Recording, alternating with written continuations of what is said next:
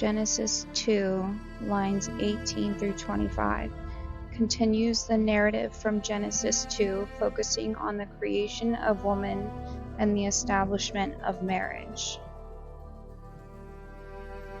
God declares that it is not good for man to be alone, so he creates animals to serve as companions for Adam.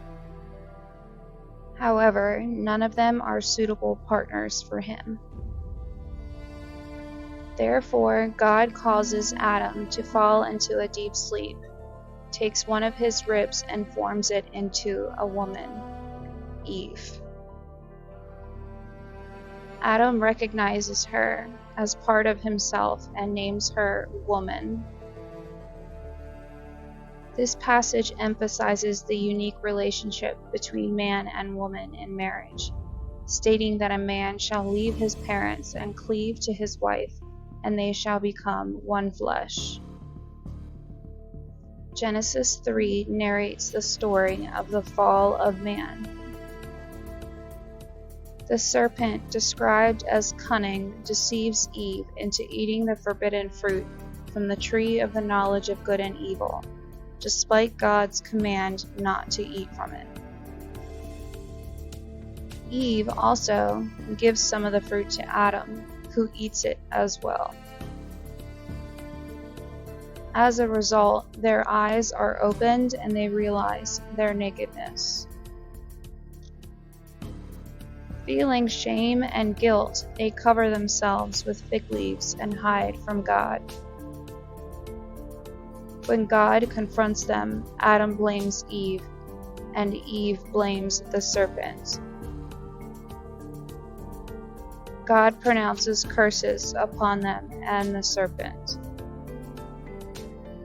The passage concludes with God expelling Adam and Eve from the Garden of Eden, barring their return to prevent them from eating from the tree of life and living forever in their fallen state.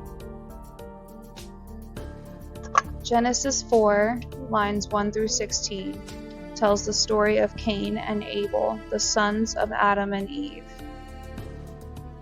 Cain, the eldest, becomes a farmer, while Abel becomes a shepherd.